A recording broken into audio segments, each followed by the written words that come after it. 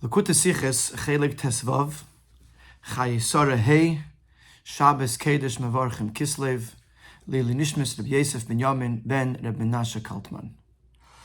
So Chaye Sara is Shabbos Mevorchim Kislev, and in the Rebbe's very unique learning style, the Rebbe is going to connect Chaye Sara with the Chedesh Kislev. What's the connection between the Parsha and the month of Kislev? And along the way, we're going to get a deeper understanding, a revolutionary understanding into what defines the nes, the miracle of Chanukah. Parshas Chaye Sara werd geleint bekama v'kama shanim v'hainti kinyor in Shabbos Mevorchim Chedesh Kislev. Many times, many years, including this year, Shabbos Mevorchim Chaye Sara is read on Shabbos Mevorchim Kislev. Al pia yadua the parsis hashavua haben hashayches zman and welchen ze werden geleint. According to what we know, the Rebbe brings this many times from the Shalah HaKadosh, that the Parsha is connected with the time during which it's being learned and read. He's verstandig as in the Parsha is merumiz in Yonif and Chedesh Kislev, so it's understood that in the Parsha of Chaye Sara there is some sort of connection with Chedesh Kislev. The spezielle Teichen von jeden Chedesh, the unique theme of each month, mit welchen teilt sich aus von andere Chadashim, with which it distinguishes itself from other months, is bereva pa'amim verbunden mit the Yomim Yuchadim, Yomim Tevim from the Chedesh, is very often connected with the special days or the Yomim Tevim, the holidays that are in that month. Which they have an impact on the rest of the month. Like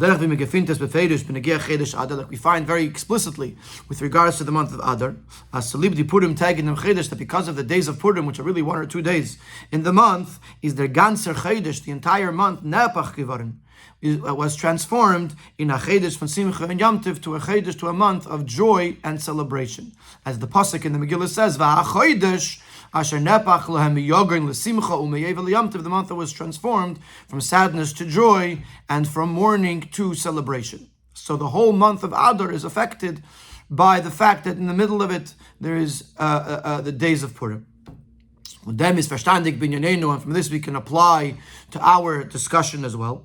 As the Teichen von Chedesh Kislev is verbunden mit Yom Tov Chanukah, that the theme of Kislev will be connected with Chanukah. Was hebt sich an b'chafei b'Kislev, which begins on the 25th of Kislev. Un men gefindt a remez afnes Chanukah in Parshas Chaye Sara, and we find the connection in Parshas Chaye Sara to the Yom Tov of Chanukah. Chanukah was established, was instituted because of the miracle of the cruise of olive oil. The Rebbe quotes from the Gemara, when the Yidden came in to restore the Beis HaMikdash, they can only find one cruise of olive oil that was undefiled. But it only had enough oil to burn for 1 day. A miracle occurred, and they were able to light 8 days of the menorah for 8 days, and therefore the Chachamim established the Yom Tov of Chanukah to be 8 days. And we find a similar miracle by Sara and Rivka. As Chazal teach us on the pasuk that's in this parsha, Parshas Chaye Sara, that Yitzchak brought Rivka, his wife, to the tent of his mother Sara. As their Ner Shabbos was angezündet, so the Chachamim explained that the Ner Shabbos that was kindled both by Sara and by Rivka,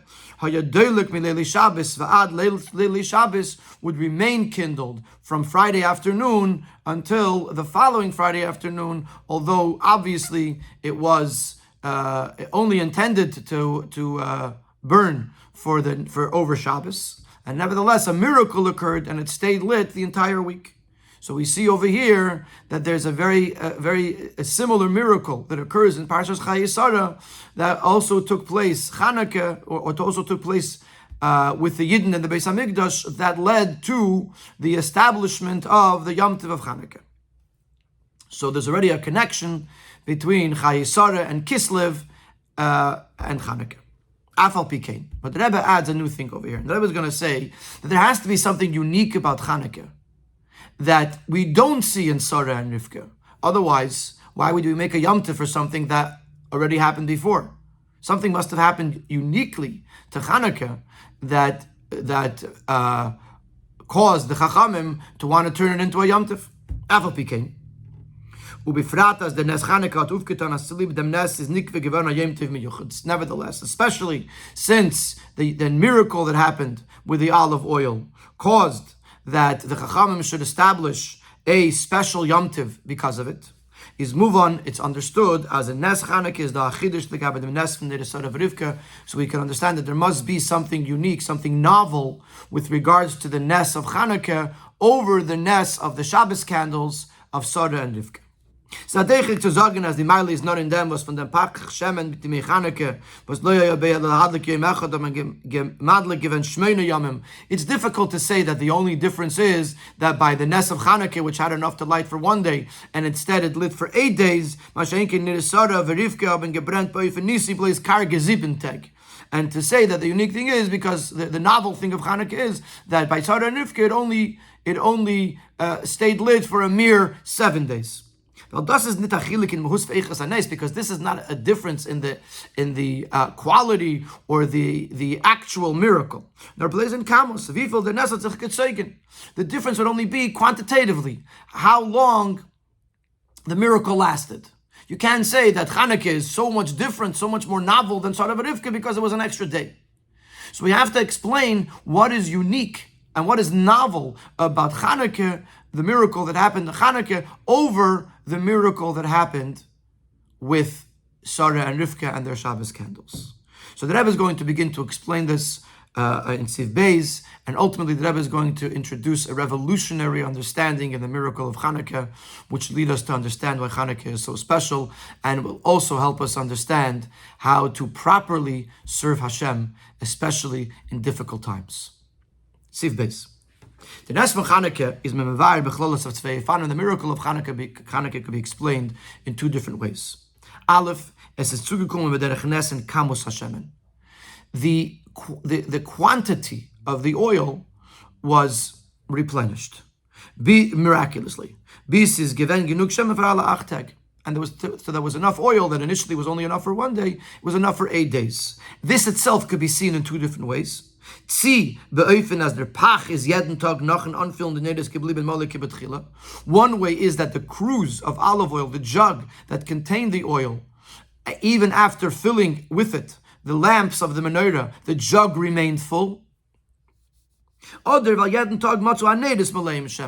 way is that the lamps of the menorah remained full. Every day they would come in the morning and they would see the lamps are still full. So either the cruse of olive oil was constantly full, or the lamps of the menorah were constantly full. Vidis Svaris and Beis Yosef, as both opinions are brought in Beis Yosef. But the common theme between these 2 is that it's a quantitative a miracle, that there was enough oil that it lasted that there was always more oil than initially they had or they used. Base. Another way is the Nes is given the Eichos Hashemen. It wasn't about the quantity of oil; it was the quality of the oil. The amount of oil that naturally would have lasted for 1 day, it burned for 8 days. Das heißt, jeden Tag hat ausgebrannt an Achtel von dem Shemesh Bepach, which means that every day 1/8 of the oil that was in the cruse was used up. Which means to say that the oil that according to nature, this amount of oil would burn for 1/8 of a day, it received a different quality that it was able to burn for an entire day. And again, here in the brackets, there's 2 ways of how this actually happened. Either as the Beis Yosef says, as matem shemen shebepach zetelt of 8 chalakim, und jede Nacht hat man in der Menorah reingegossen nur in Chelek. One way is to say is that initially they divided the oil in the cruse into 8 sections, into 8 portions, and they used 1 portion every day. And despite the fact that it was only 1/8 of a portion, nevertheless, it stayed lit the entire day. Oder wie der Prichadosh is masbir, as man hat die erste Nacht reingegossen dem ganzen Shemen in der Menorah. The Prichadosh says that the first night they poured the entire cruse of olive oil into the lamps of the Menorah. Und jede Nacht hat bloß ausgebrannt 1/8 von dem Shemen, and every night only 1/8 of the oil was used. And it came the next day, it came day 2, and there was still 7/8 of the cup was full. The next day, 3/4 of the cup was full, etc., etc. But either way, what was happening here wasn't so much that it was constantly being refilled. It was actually diminishing, but it was only diminishing 1/8 at a time instead of the entire cup, because the quality of the oil was enhanced, that it could last longer than it was initially naturally intended to do. So you have kamos and echos. Kamos is quantity, either the oil was constantly being replenished, or the oil's quality was enhanced, that you needed less oil in order to burn the same amount of time that you would normally need more oil for. And according to this, we can conclude, seemingly, as der bitter bahanal, seen as Chanukah is in demselben Zugnes, wie Nes Adnedes, the Sara Rivka, is the miracle of Chanukah the same kind of Nes as the Shabbos candles of Sara and Rivka, or was it a different kind of Nes? Is totally nitzvei afanamana. We might suggest that discussion would depend on these two approaches and understandings of the miracle of the oil, of the Chanukah. In the second way, that it was about the quality of the oil. Seemingly, both miracles are in the same category. And a qualitative increase in the power of the oil. In both cases, the lamp, the candles burned for much longer than naturally intended. With the Chelek15, there would still be a minor difference. Was Aleph by Chanukah is given aggressore Safen Keachad Adleika. If Achte Kenal, number one, the Chanukah was a little bit stronger because it lasted for 8 days, not 7 days, like by Sara and Rivka. Beis by Chanukah is given a Bazunder Nes Jeden Tag. Chanukah, there was a separate miracle every day, but Jeden Tag gedarft on the menorah, because every day the menorah had to be kindled. Whereas by Sara and Rivka, the candles burnt for 7 days consecutively. There was no need to rekindle the candles in the middle. So there still is a difference, but they still go under the same category, that there was a small amount of oil that lasted for a longer than naturally intended time of burning. So it's very similar. And however, if you look at the first approach in the Neschan, which was that it was a quantitative miracle, that the oil was constantly replenished, is the Nes Chanukah and another sug. In that case, the Nes Chanukah is in a totally different category. Miraculously, new oil was being created. But das gefindt man nicht bei den Sara and Rivka, which we do not find by the candles of Sara and Rivka, that the oil was constantly being replenished. So you can say, this is the uniqueness, this is the novelty of the Nes of Chanukah over the miracle of Sara and Rivka, that there was constantly new oil being produced miraculously. Aber the truth is that even if you take this approach, it still does not lead us to understand the novelty of the miracle of Chanukah. This wasn't something fresh and new that we've never seen before.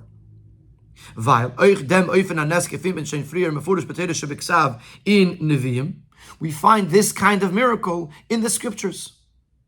The miracle of the oil with Elisha.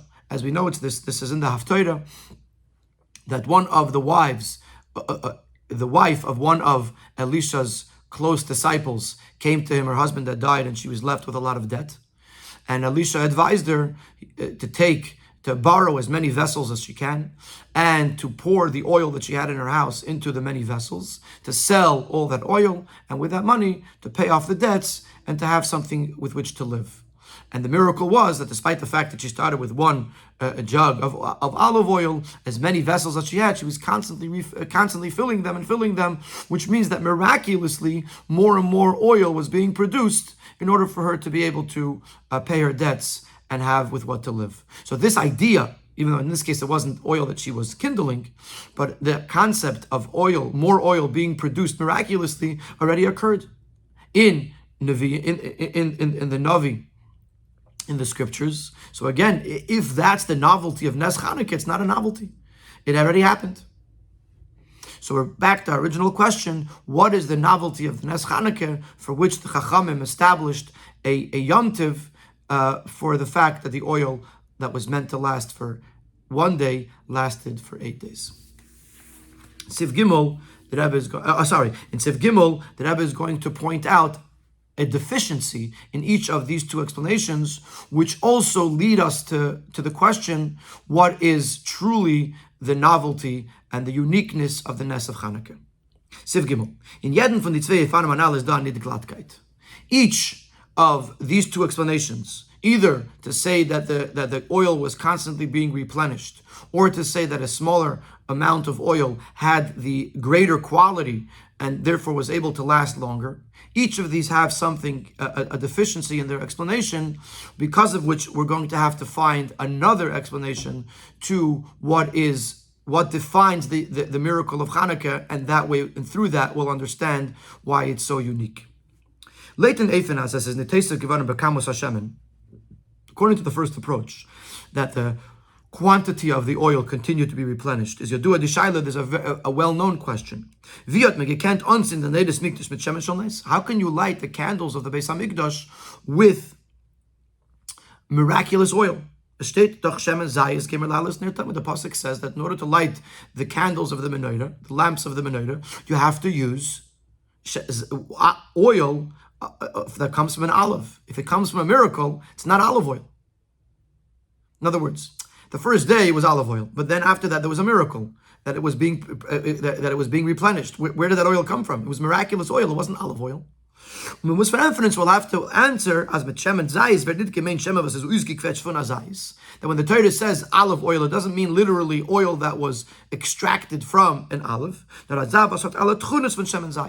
rather something that has the characteristics of olive oil.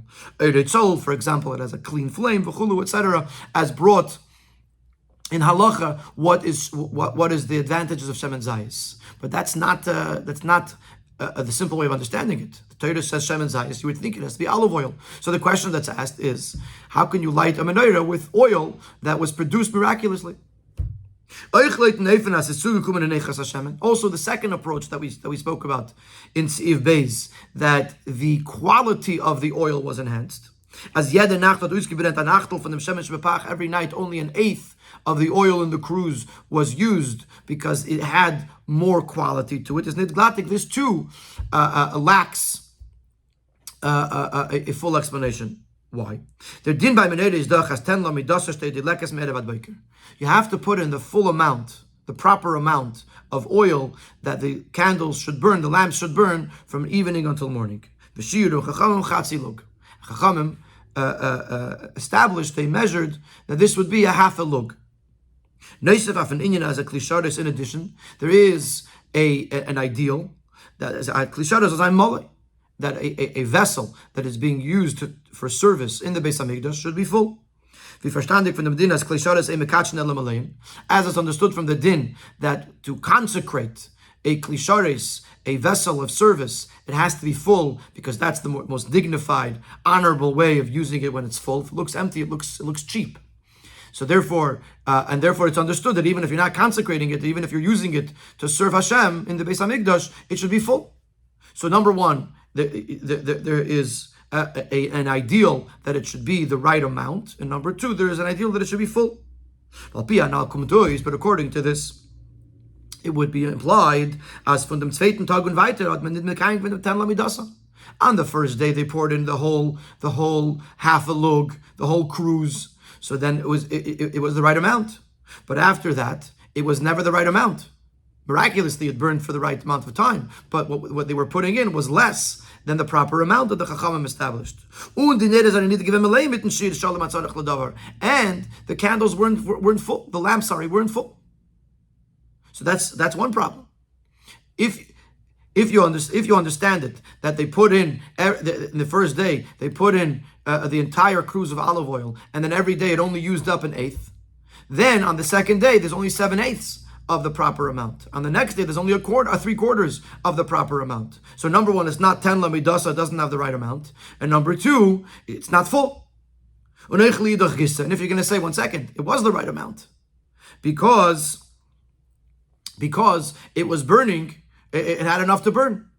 Al Pisa kommt says jeden Tag a chutz zu machen, is given nit mit das steht leckes mehr wat beiker. Nor the Mevorchim Boker. You have the opposite problem. It's not the right amount either. It's too much. Nor the Mevorchim Tag 8 Mal as viel, dem zweiten 7 as weiter. The first day you had 8 times too much. The second day you had 7 times too much. In other words, if you're going to say that you wanted to put in the shir of Chachamim, then whatever, the fact that it was less and only used up less, then the problem is that the next day, is that from the second day and on, you don't have enough oil. It's not a half a lug. If you're going to say here you need less than a half a lug, then you have the opposite problem. You have too much. Besides the last day, only the last day, you had you had an eighth of the pach, which was the amount that was needed to burn the Erev Boker. So either way you look at it, whether the problem is the Kamos Hashem, whether the miracle is the Kamos Hashem and the quantity, then the problem is that you're lighting the menorah with non-olive oil, with miracle oil. If the miracle is the Echos Hashem, then either you have too little or you have too much. Therefore, the Rebbe is going to conclude that there must be another approach that will explain what the miracle of Chanukah was, and then you'll understand why it's so novel, so it's so unique. We could answer this question by introducing a third approach in explaining the miracle of Chanukah, which these above mentioned questions don't exist. And based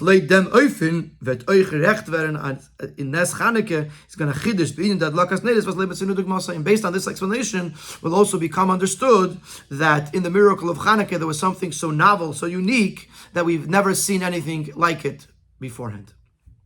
And this is the Rebbe's explanation.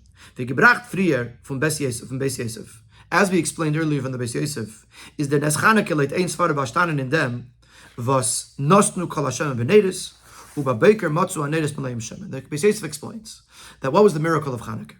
That they put in all the oil into the lamps, and in the morning they came back and the lamps were still full. V'yesh. So let's explain this. As the Pirush in them is nicht as der Shemen hat ausgebrennt und danach haben sich die Neiris wieder angefüllt mit Shemen b'derech Nes. What does it mean they found the lamps full? It doesn't mean that the oil went down during the night and then miraculously it got refilled. That's not what pshat. Because technically, if you watched, you would have. Was there any time that you saw it? You saw the quantities changing miraculously. Nor rather, what does it mean? As der Shemen hat gebrennt, the oil was burning. Und zusammen der Miet ist von ihm gar nicht nachser geworden. At the very same time, nothing was missing from it. Wie Chazal sagen, Bechlal be'eshel mailas, Chazal say about the fire from above.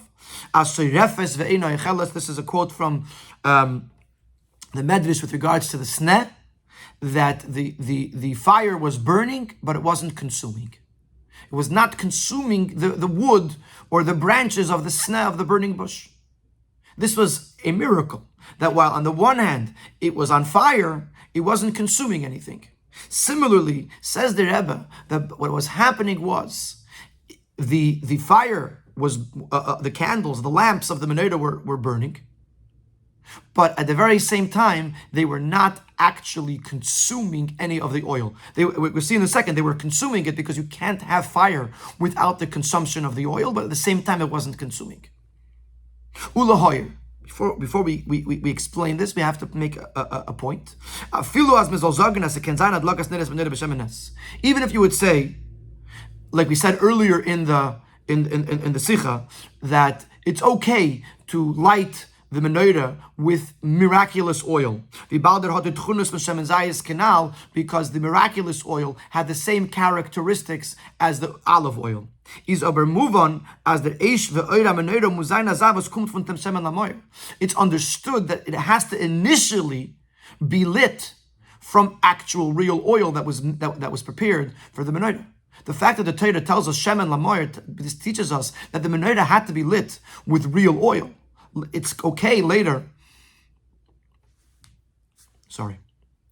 It's okay that later you can use miraculous oil, but initially there had to be real oil there.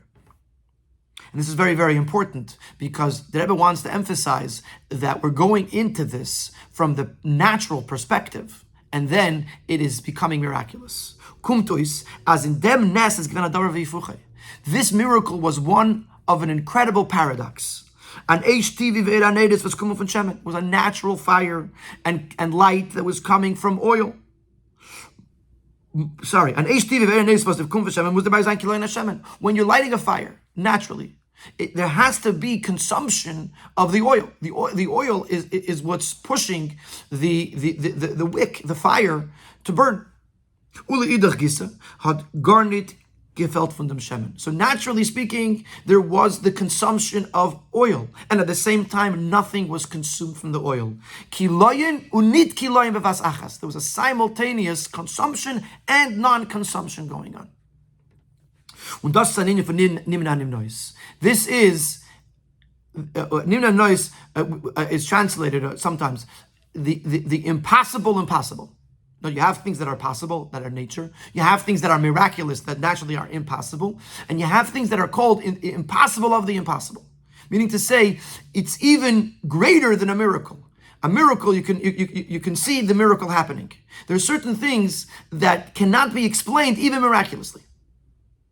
Like the miracle that the Aron, the space of the Aron did not take up any space. Where you had these two extremes. The Aron itself had a measurement. Torah gives a specific measurement for the size of the Aron. So clearly, if you measure the Aron, it would take up space. But at the same time, it did not take up any space in the Kodesh HaKadoshim, in the Holy of Holies, as the Chachamim explain.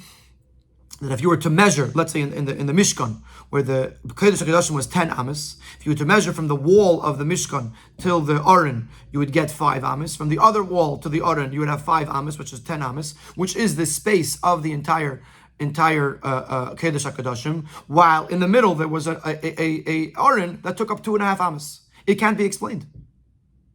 You can measure here in Tzedekah as much as you want. It cannot be explained. So Chassidus calls this Nimna HaNimnois. You have space and beyond space going on simultaneously. This is something that is impossible to explain.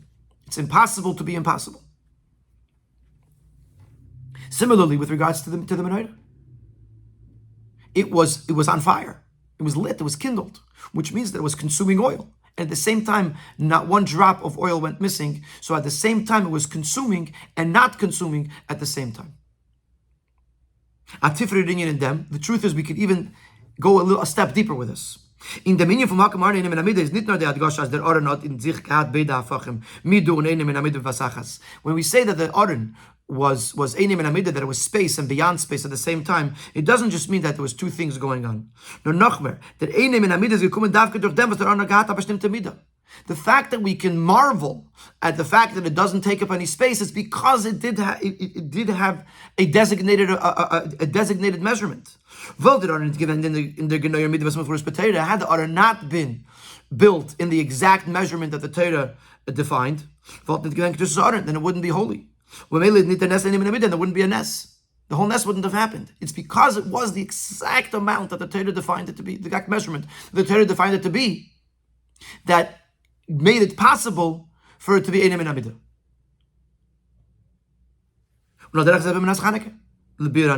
And the same thing would apply by Nes Chanukah. The Nes is gekommen davke durch dem was man angezündet Nes nicht gedin. The Nes only happened because they lit the candles, the lamps of the menorah as required according to halacha. And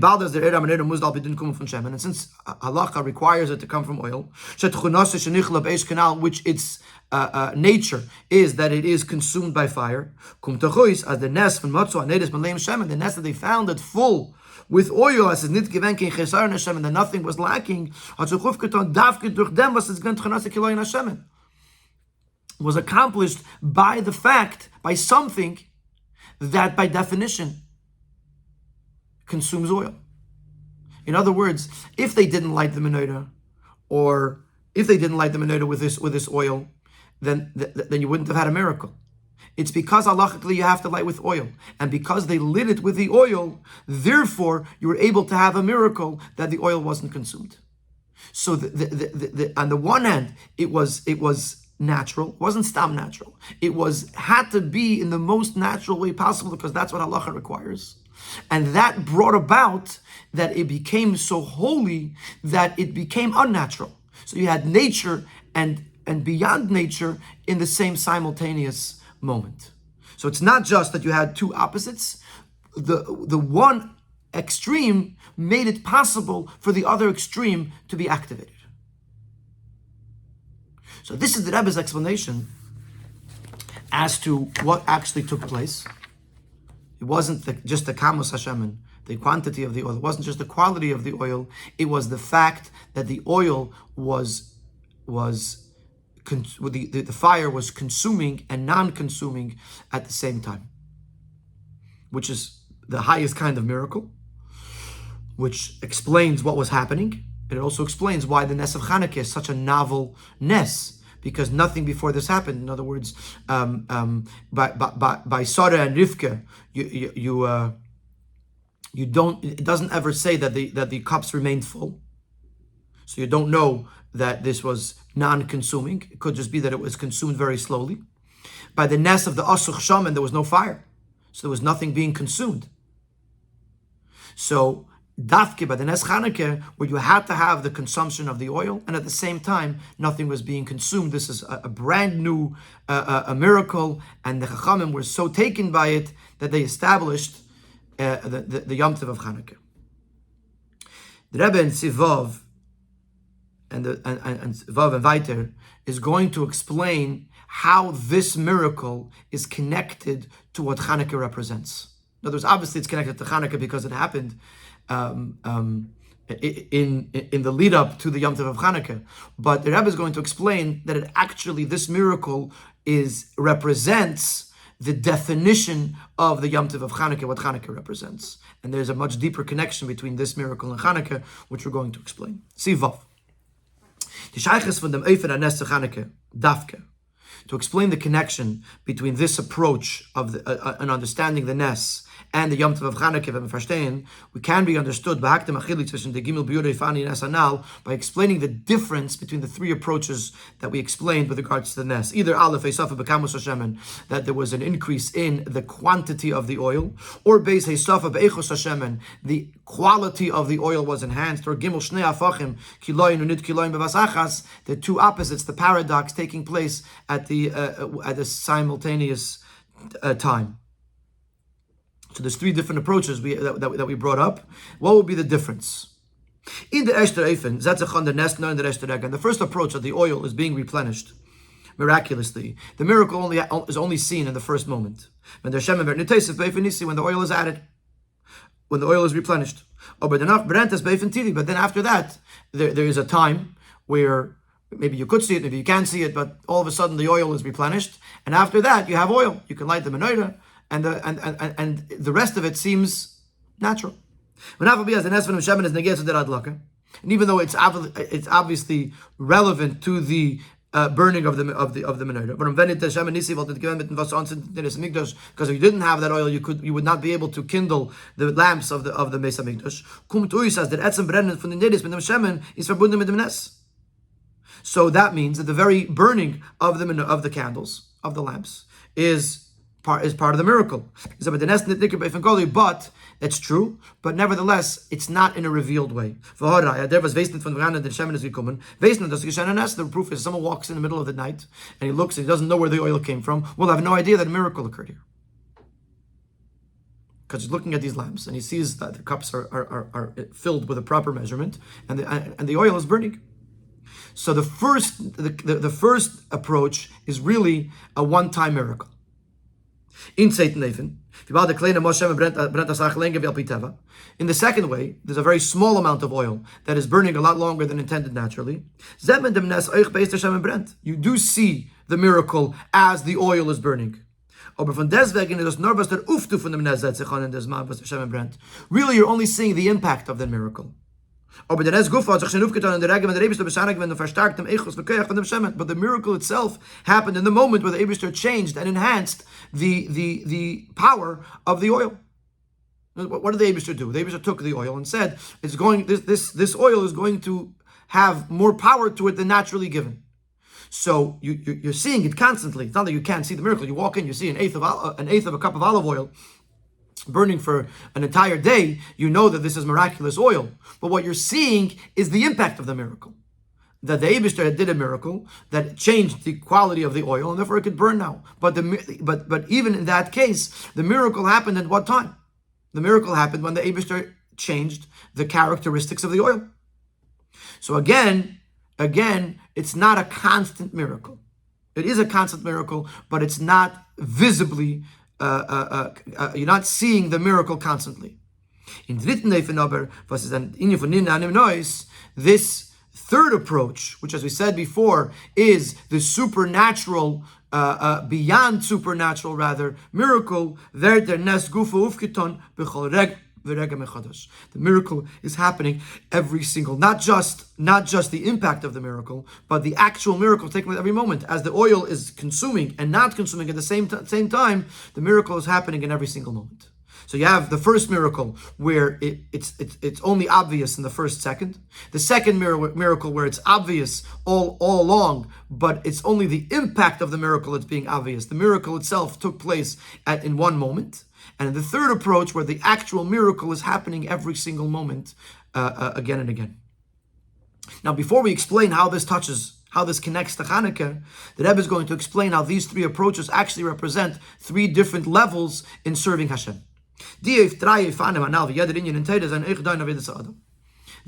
everything else in Torah, these three approaches are three levels in serving Hashem. And to explain that, the Rebbe introduces the following: the Chelek teva or nes ba'avedas adam. When we take the concept of miracle and nature, as it is interpreted into the person serving Hashem, the difference would be as follows: Teva is the aved al pitam vadas. Nature represents serving Hashem with the person's understanding.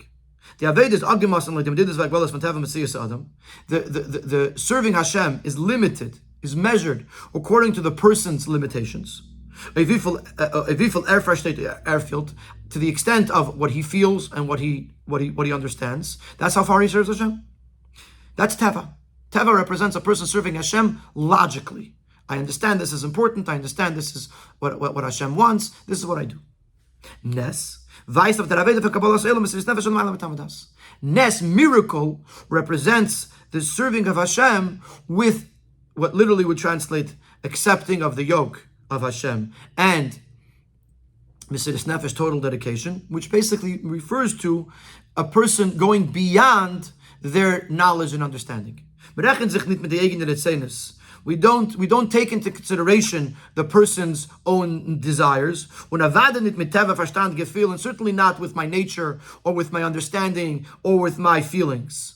That's not what defines or decides how I serve Hashem. We do what Hashem wants, despite what I feel or think about it. So you have Nes and Teva. Teva means I serve Hashem that limited to my understanding and to my emotions, my feelings. Nes means I serve Hashem in a way that I'm totally dedicated, and what I feel or what I think doesn't matter. Now, even though we have to clarify this, every time we serve Hashem, even if it's logical and measured, it still has to be based on Kabbalas oil, dedication, and commitment, and the readiness to sacrifice one's life. Ubelashon Chazal, as our sages teach with regards to the fact that the Parshas Shema comes before V'hoyim Shemaya, Yikabel olav el malchus Shemayim. First, a person accepts the yoke of heaven, and then he accepts the yoke of mitzvahs, which means the foundation is, first and foremost, I have to submit myself to Hashem. Totally. Warum? A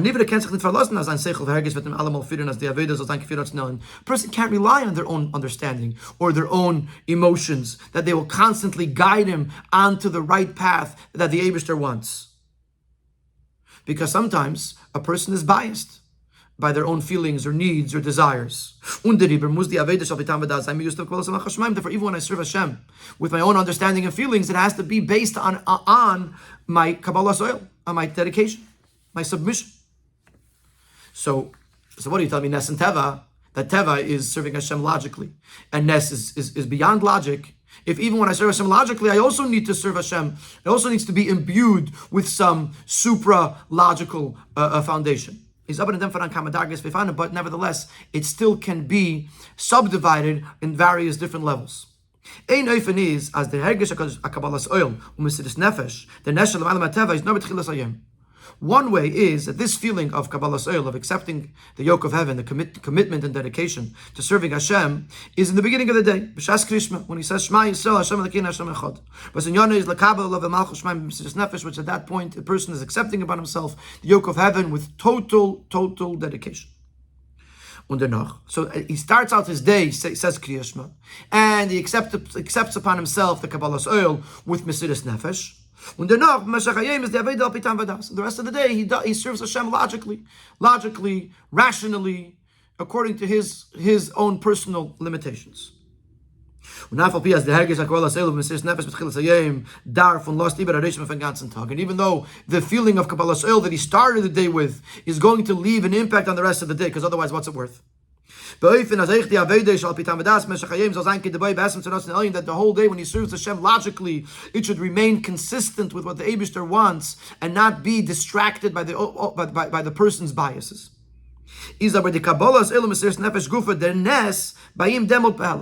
But nevertheless, this Kabbalas oil, this a total dedication and commitment, which is the nes, which is supra-rational, this remains concealed.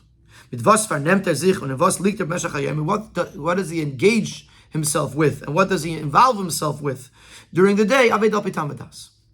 So teva means you serve Hashem logically.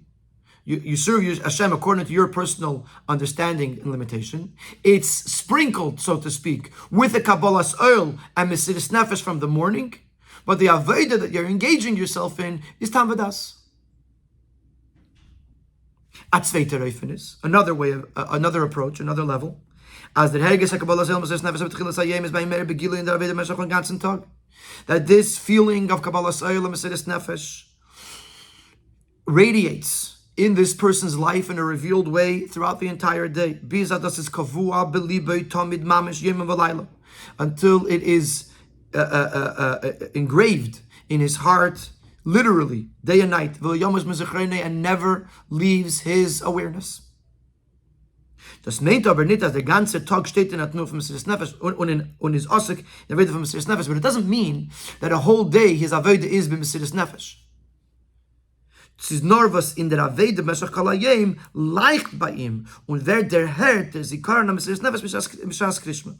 But das hilft ihm in der Avodah von Torah Mitzvah, das ist ikar das Meshach hayom.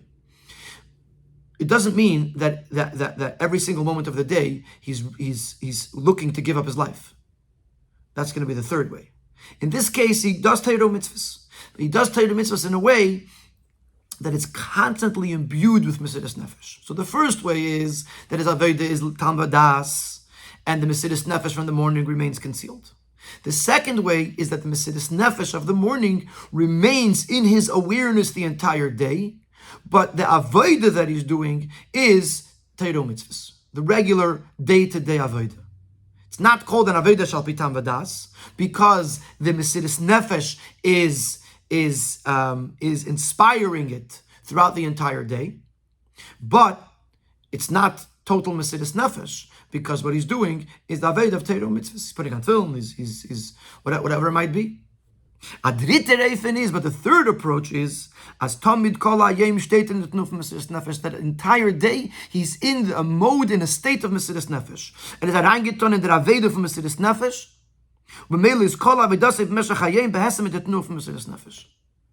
If you were to, I should translate. He's immersed the entire day in the Mesidus Nefesh, and everything is consistent with Mesidus Nefesh.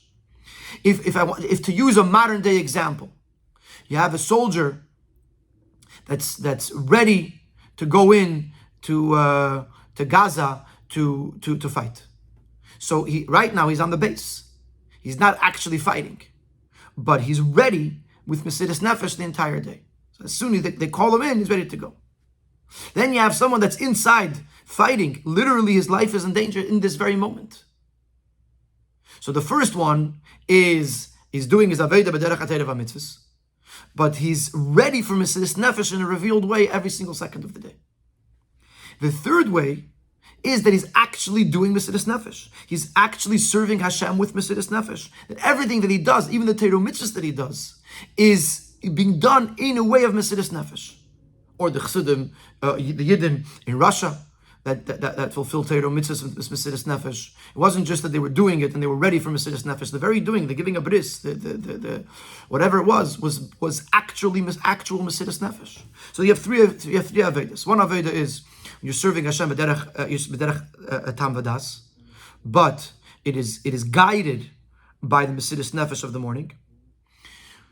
Two is that you're doing Torah mitzvahs, but it is constantly inspired with Mesiras Nefesh.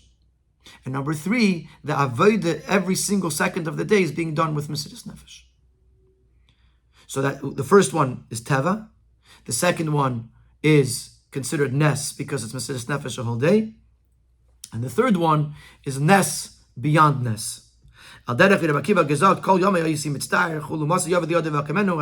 Akiva would say, I was constantly concerned, I was constantly pained. When will I have the opportunity to actually have Mesiras Nefesh?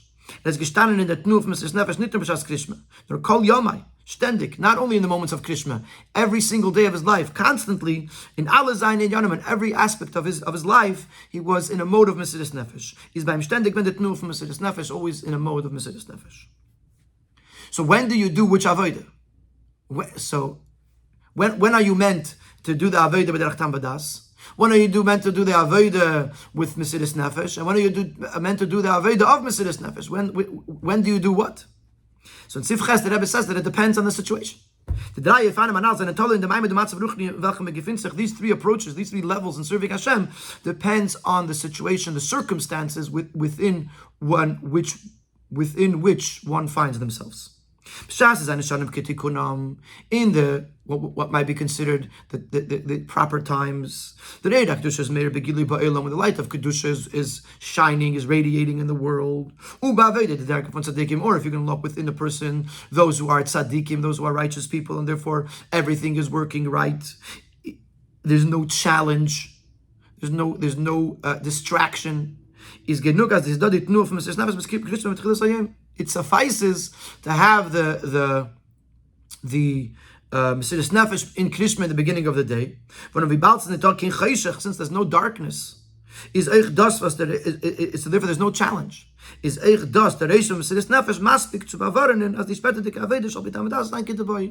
just the sprinkling, just the impact of the morning's Mesiras Nefesh suffices to guarantee that the avodah during the day will be according to the will of the Eibishter and won't get sidetracked by the person's tam vadas.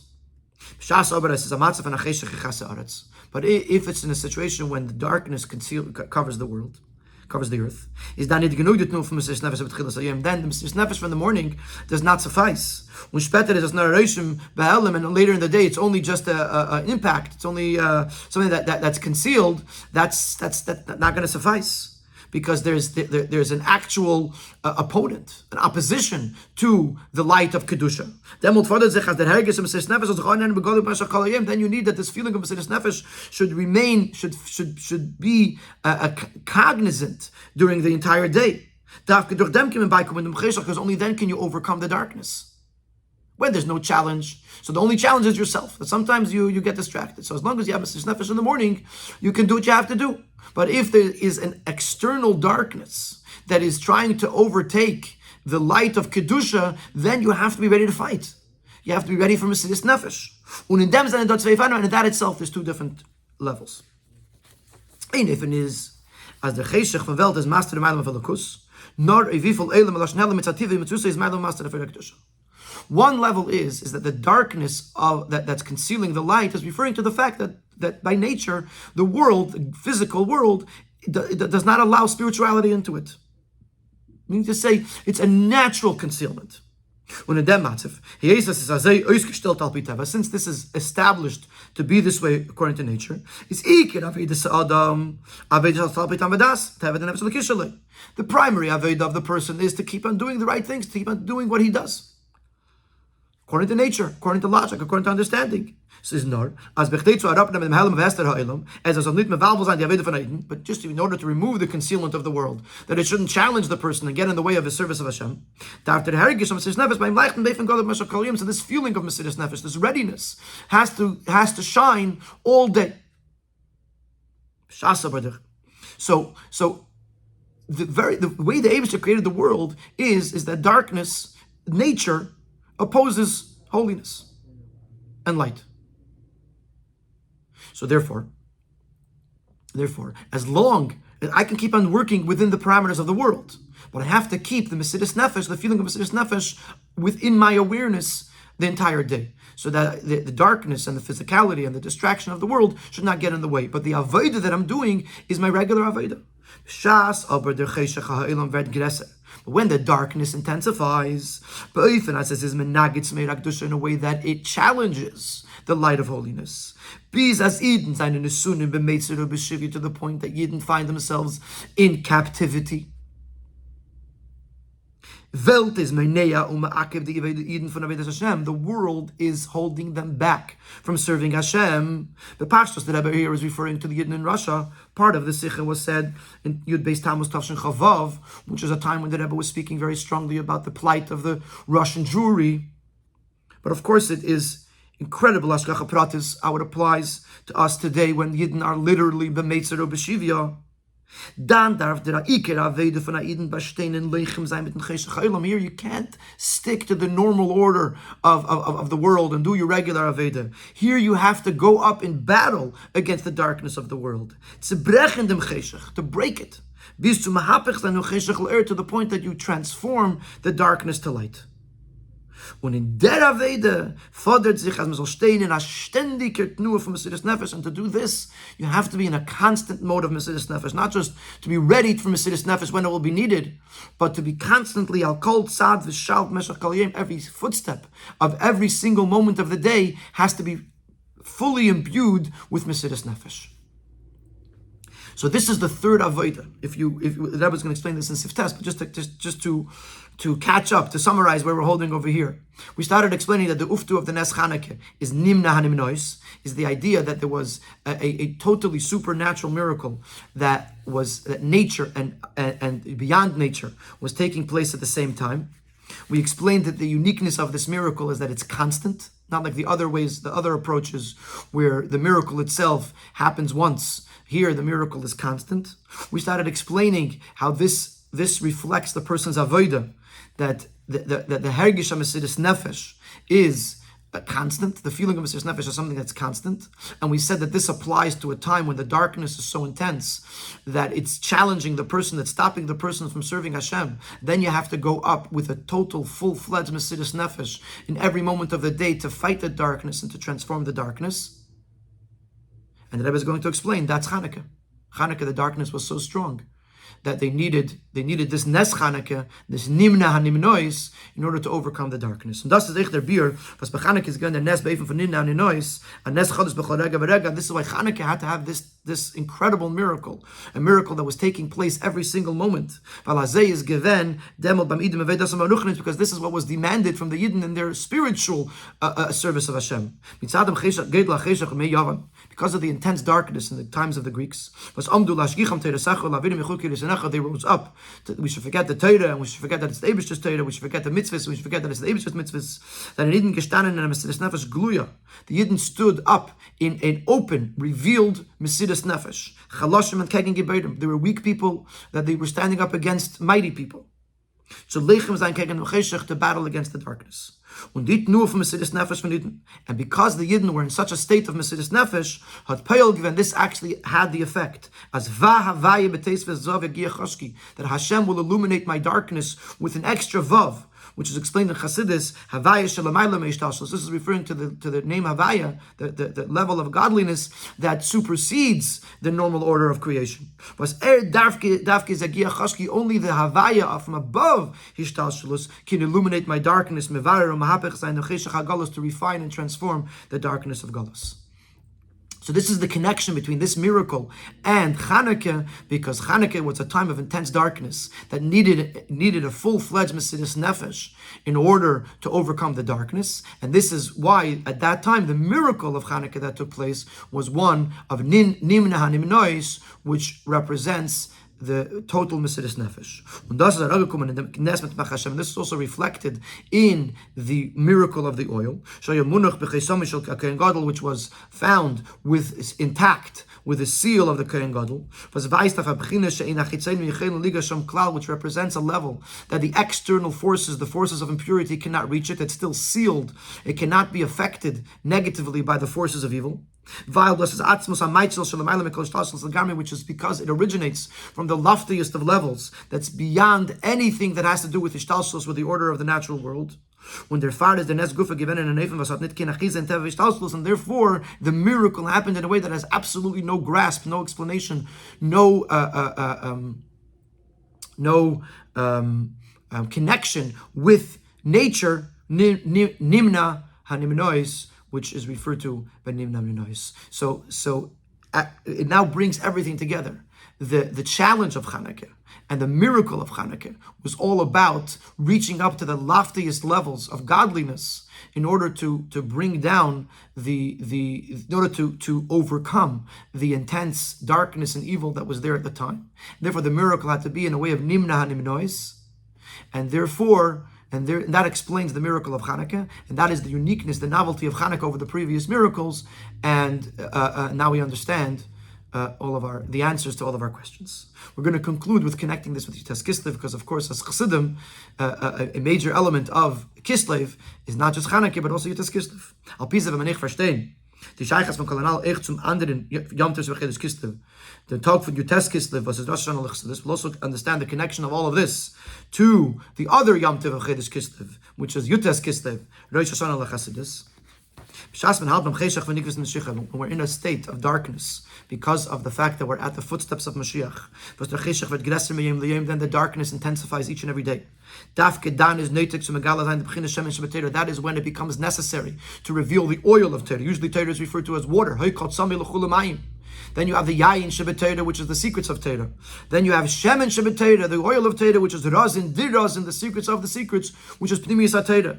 Because of such an intense darkness, it became necessary to reveal the oil of Torah.